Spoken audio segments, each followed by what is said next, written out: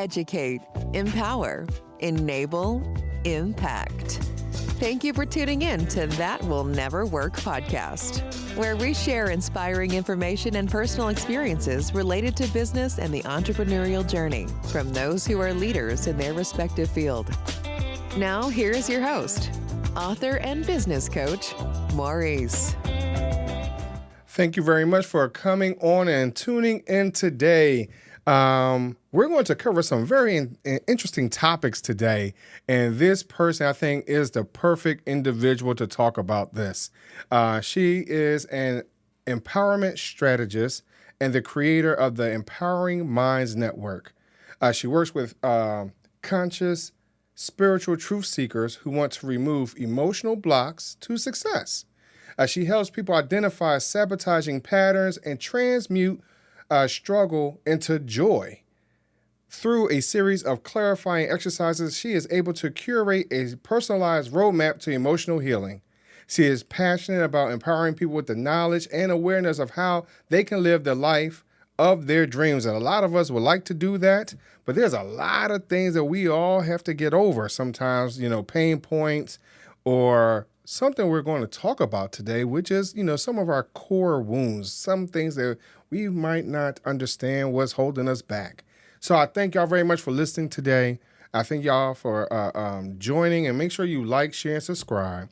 But I introduce to you JJ. JJ, thank you very much for coming to the show. Thanks, Maurice. Looking forward to this conversation and educating people on their core wounds. So, what are core wounds? When we talk about that, core wounds, pain points, whatever it is, what is that?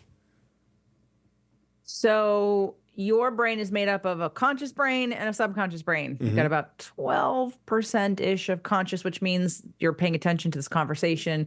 Maybe you're thinking about when the next time you're going to eat is, or if it's nice outside. It's the thoughts that you can hear. But 88% or more of your brain is subconscious. It means you have beliefs and thoughts and ideas and opinions that are sort of in the basement, but they run the show. And those beliefs are created from the time you were born, and sometimes even in a past life. Mm-hmm. But let's just say from 0 to 7. So from 0 to 7, all of your subconscious is sort of put together about how you operate in the world, how the world operates, who you are in the world, who you are to your parents, who your parents are to you, how to get love, how to survive. These are all things that happen, and those beliefs are, because your brain's like a computer, it's just taking in a program. Mm-hmm. You're being installed a program, and that program's coming from your childhood, from your parents, from their programs, from the world, and the brain, because it's not conscious yet, you're not able to think about your thoughts yet. You're just recording things as fact. Mm-hmm. So when you're crying in the next room and your parents are late to come attend to you, you might record that you were abandoned, or that you were ignored, or that you don't matter and you're not important. Or in the case of your parents really are attending to you, and maybe you're recording it as you're being smothered. So these are some of the wounds that get created in your subconscious, and they're the beliefs that shape every choice that you make for the rest of your life. So why would it be important for us to even acknowledge what these core wounds are? Because like you said, sometimes it's subconscious. We don't even realize that they exist. So why would it be important for us to even acknowledge or even dig a little deeper to understand that? Because the only way you're going to change anything that's going on in your world right now is to understand the belief that created it. Mm-hmm. So here's the thing about that. A lot of times we don't want to look in the mirror. We don't always like, looking in the mirror. I know for myself, I don't like looking at videos because I don't like looking at my own face, right? So that's my example for me, but a lot of times we don't like to look at that because we don't want to relive a certain situation or an experience. So why should we even challenge that or even look into that, especially if it brings us so much pain and hurt? Well, because to heal it, you have to feel it. Mm-hmm. And in order to have a breakthrough, you got to have a breakdown. So, and if you want to change, you have to look at, it's like saying, okay, well, your car broke down. So just tape it up. Don't fix it. Just take some tape, It's like having some glasses and then, they broke. Okay, let's put some duct tape on. Okay, the other side broke. Okay, put some duct tape on that. Oh, these broke. We'll put some duct tape on that. Like there's only so far we're going to get to with all the compensation that people do. Mm-hmm. And if anyone struggles with anything, a pattern that you can't seem to break, and you've been in therapy or you've done that, you think it's about everybody else. You quit your job, you got divorced, you broke up with that person, you moved out of the state, you moved out of the country, and guess what? You take you with you. So when you recreate the same pattern over and over again, there's the only one way to figure it out is you got to go figure out what's the belief that's creating this in the first place, and then how do I change it? But you know what? Sometimes in that, we have a comfort in that because we don't know anything different. But so what do we need to do in order to get out of that comfort zone? Because sometimes we don't know what that is, whether it's getting out of our community or whatever it is. So how do we get out of our comfort zone? Well, you either have to be pulled by passion or pushed by pain. So you're either not enough pain, you're not depressed enough, anxious enough, unhappy enough yet to do something different or to ask different questions, or you have nothing to focus on. You don't know why you should care. There's no passion in your life that's pulling you to be better or to learn something new or to shed some of these beliefs that don't serve you and that are absolutely incorrect, but they make up what you believe to be true about yourself. So how does understanding these core wounds and trying to deal with it, whether it's through therapy, surrounding ourselves with a different group of people at our breakfast table, how does these things help us in getting to where we would like to be in a success, whether it's our marriage, friendships, business, career, whatever it is? So how important is that for us to get to that point of understanding that? Yeah, let me give you an analogy, and the analogy is from like naturopathic ways of looking at cancer, okay, or any disease, okay, and it's called a terrain-based approach. And a terrain-based approach means that you can't heal in the same soil that got you sick. So if I have a seed and I keep planting it in toxic soil, and I keep planting seeds and I can't keep planting seeds and I keep getting the same result because I'm planting it in toxic soil, I have to change all the elements that contribute to growing this plant, this flower, this tree, this fruit, whatever it is you're trying to grow.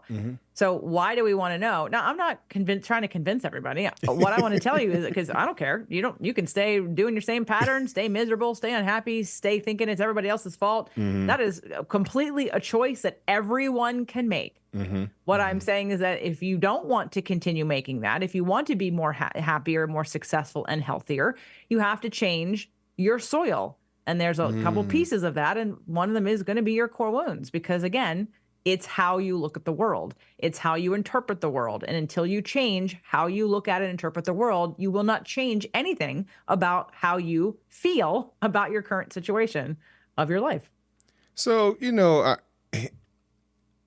part of the change, as I stated about family, I've heard a lot of people, a lot of clients that talk about, hey, I need to change my environment.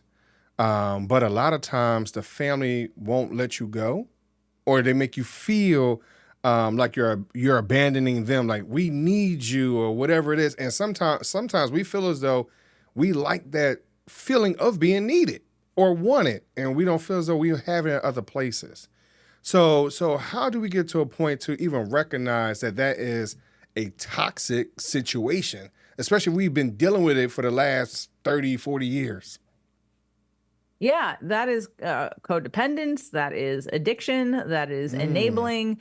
It takes two to play. It takes, you can't just blame it on them, because if you're the person who's trying to get away, or you're the person who's trying to be better, but they're not, you're allowing it. So we have to take responsibility for our part in it. And again, you're the creator of your own reality. I don't care who's in your life. You're the creator of your own reality. And you can still create better things, not necessarily around the same people all the time, but you can change who you are in that situation. You don't have to have them change. They don't have to change. You have to change. But you stop using them as your excuse not to change. So how do I create a roadmap to get to that place of healing?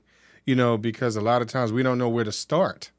in that. So how do we start on that path? Well, I have a course called The Roadmap to Emotional Healing, but let's talk about why you need a roadmap. You need a roadmap which starts with your core wounds. Well, it doesn't actually start with your core wounds. The course actually has two sections. The first is to accept responsibility for your emotions. And I can teach your audience a quick little trick. There's a handout that goes with it. The first part. So this work comes from Dr. Marshall Rosenberg. It's based on nonviolent communication. It is Dr. Marshall Rosenberg wrote nonviolent communication, and it's a huge movement all over the world. And they specialize in, again, nonviolent communication, because when he was growing up, he was around the riots. And when he was little, he thought to himself, what drives people to kill each other? Like, what happens inside of us that makes us do these things? And so that's why he started to study psychology. And I didn't read the book for a long time because I hated the title, quite honestly. I still don't like the title. But and when I took the classes several times and I learned the work, my brain interpreted it differently for me and sort of my point of view and how I think it's more effectively used for the individual. And then therefore, because if everyone was to just get their own needs met and everyone would problem solve their own stuff, the whole world would shift. Half the problem is that we're blaming everybody else for how we feel. So this is what sticks out. So it's called the Feelings and Needs List. And you can go to jjflizanes.com/feelings list. It's with an S, feelings list. You cannot find this if you just go to my website. It's a special link I only provide when I teach this, because you wouldn't know what to do with it if I didn't tell you what to do with it. So there's two sections. There's the feelings part, and that has 100 different feelings written in. So there's 3 steps to this process. The first is to acknowledge how you feel, because anytime you have a negative emotion, it means that there's a need that's not being met, or the perception. And for anyone who's listening on the podcast, I'm making air quotes, perception of a need that's not being met. So in the case of love languages, for instance, if my love language is touch and my partner's is words, and he's always giving me words, but he's not touching me, I may be interpreting that he doesn't love me.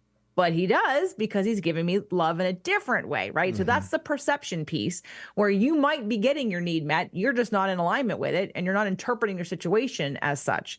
So let's start with, I'm in a negative feeling, because you're not going to do this when you're feeling good. Let's be honest. Just milk the good feeling, be in the good feeling. And then when you get kicked out of the good feeling, you're like, okay, what happened? What just happened? Right. I'm having a negative emotion. So you go to the feelings list and you find 1 or 2 words that accurately describe or illustrate what you're feeling right now.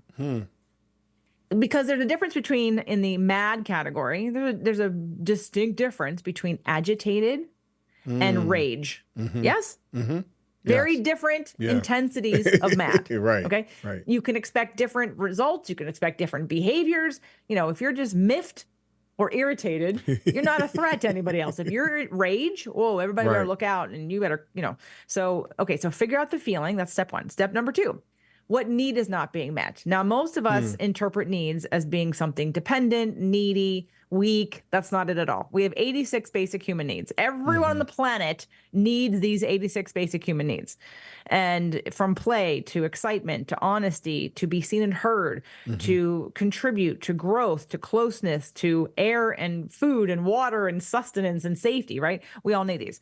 So you would ask yourself, and this is a simple but not easy exercise, because most people have no freaking clue what they need or what their emotions are from.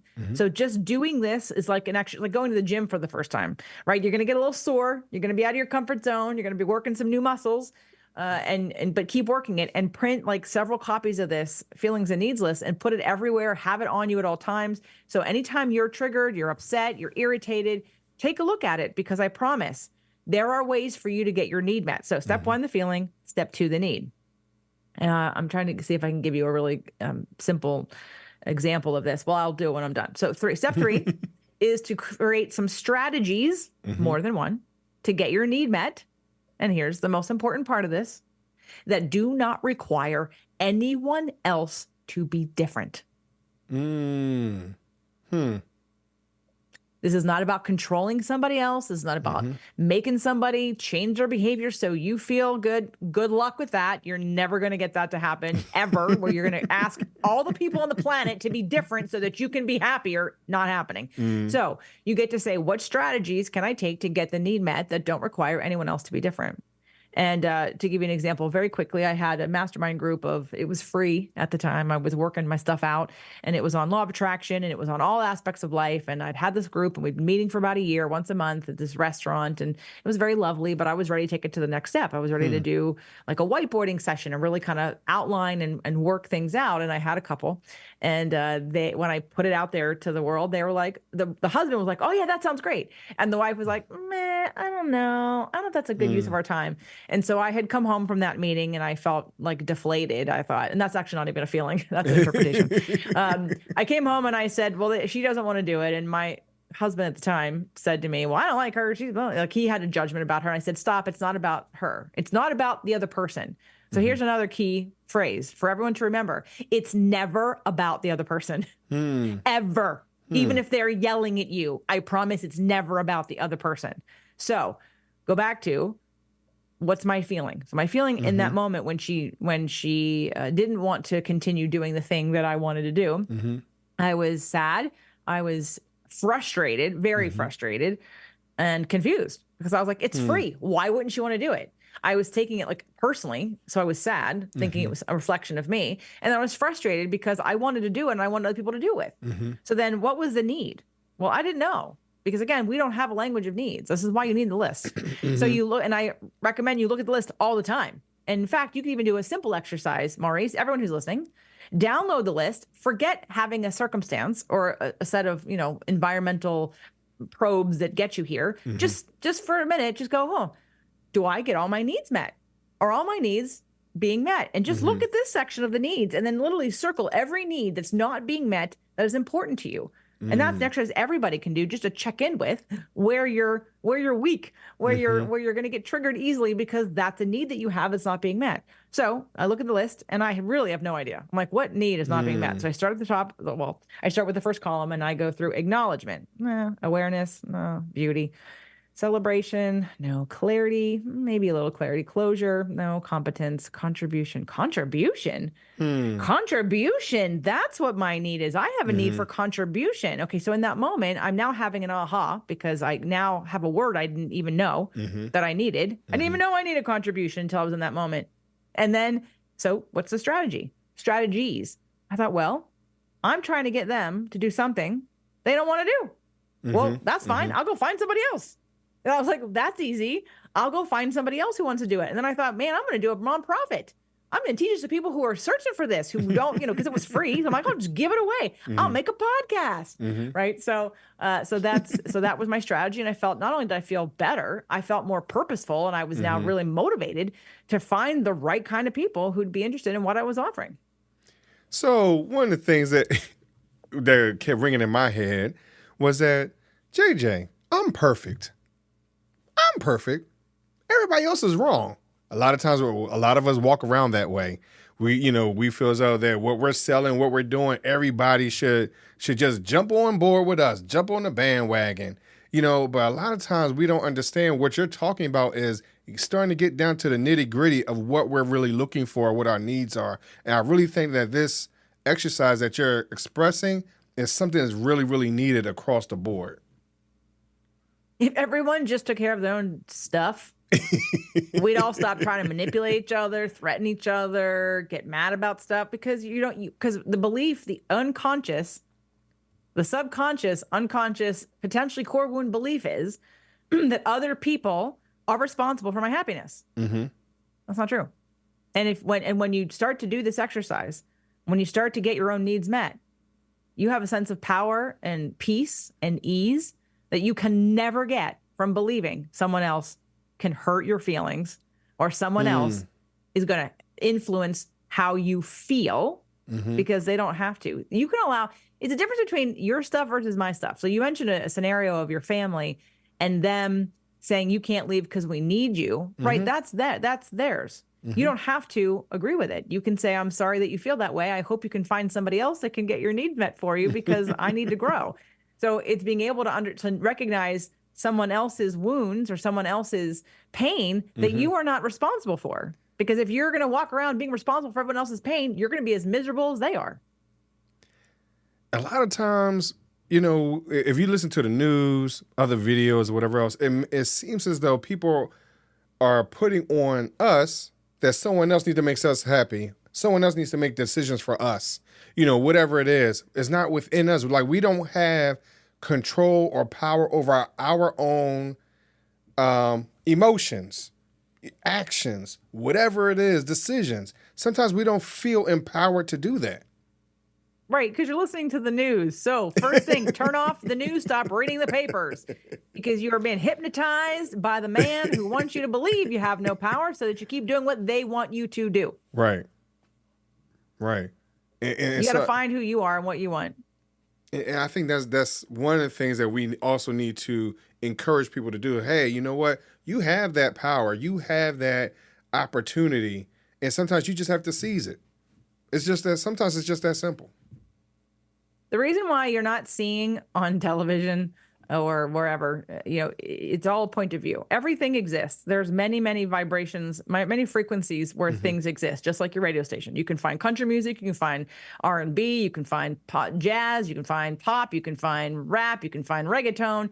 They're all going to be on different frequencies. Right. So whatever you want out of your life, there's a frequency for it. You're just not on it. JJ, that's a very interesting and powerful idea. But let me ask you this question before we go. How can someone reach you and find out maybe what frequency they should be operating on or working on? How can they find this list of emotions and, whatnot? So how can they reach out and talk to you a little further and understand themselves? Well, you go to jjflizanes.com, jjflizanes.com. All my podcasts are there. I have a couple classes that are there that are free, and any social media links are there. All my courses are there. So lots of stuff that's there. Everything is there. But what I would accept this list, you have to go to jjflizanes.com/feelings list, feelings with an S. Okay. Feelings list.